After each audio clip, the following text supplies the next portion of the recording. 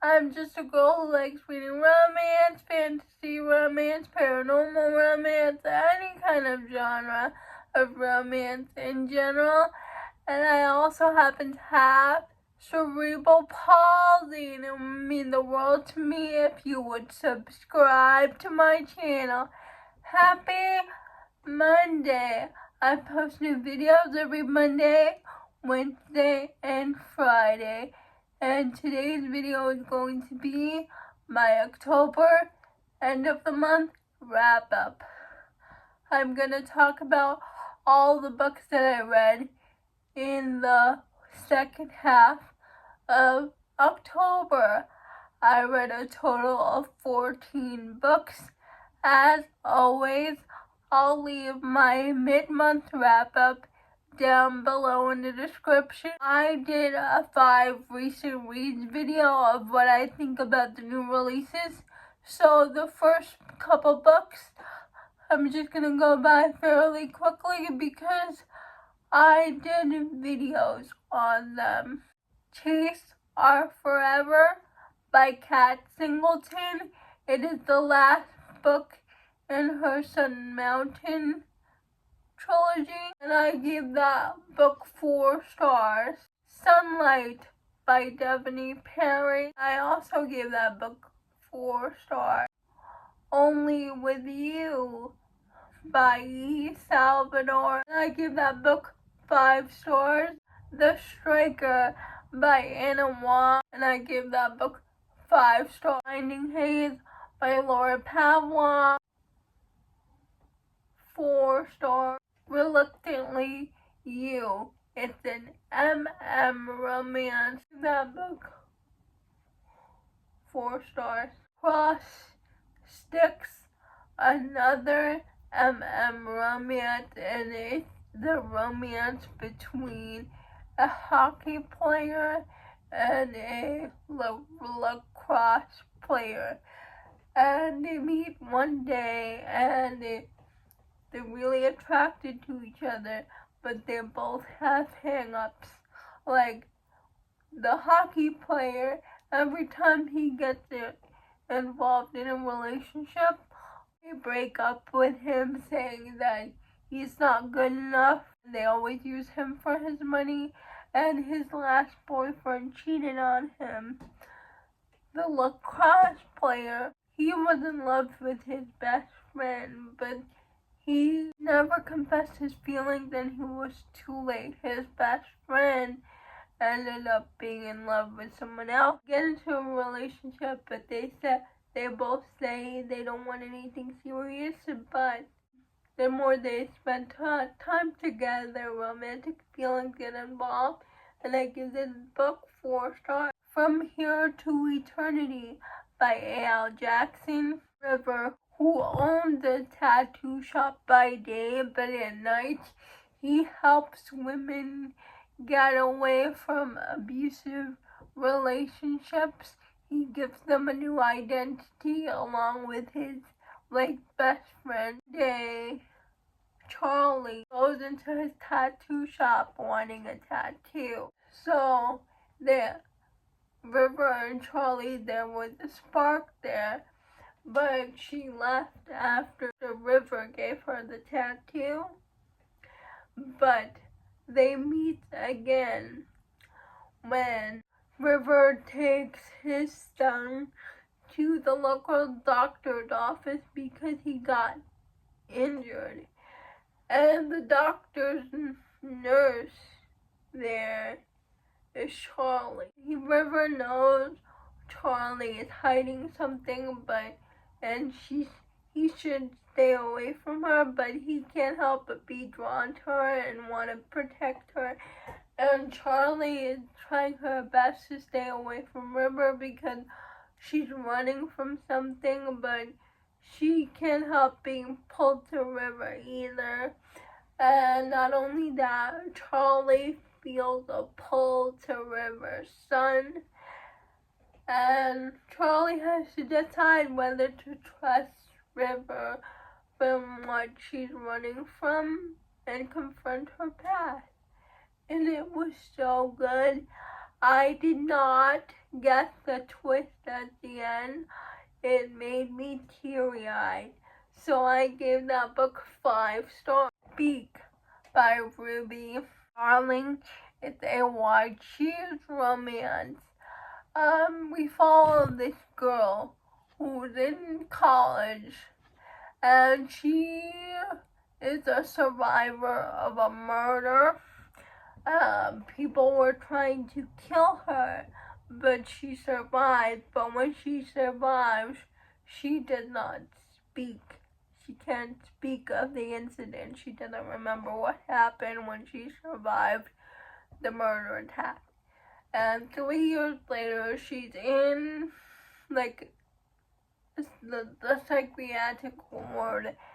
And she decides she's done with psychiatrics and she wants to go back to the university and find out the bad people were trying to murder her and trying to take her revenge. And she gets her YA romance with her psychologist at the psych ward, because the psychologist in the psych ward follows her, quits his job and follows her and be a psychiatrist in the university to follow her. A professor at the university who used to be an ex-cop but is now a professor, and a football player in the university who has more of a connection to her than he seems. And they all wind up in her plot of getting vengeance on her attackers. Please check your trigger warnings. This is a dark romance. If you like the Mind F series by S.T. Abbey, please read this book. It ended in a cliffhanger. I give that book 5 stars. I read Metal Slinger. I read this book because of Rachel from Raven-Haired Reader. She's the first person I saw talk about this book. And Tori at Novel Life, because I saw her blog of reading this book and she was so excited about it and I wanted to read it. Basically, we follow the Alaha people and the Kenta people. The Alaha people are people who were banished from the land and is forced to live out in the sea. And the Kenta people live on land. Once a year, the Alaha people are allowed to go in the market.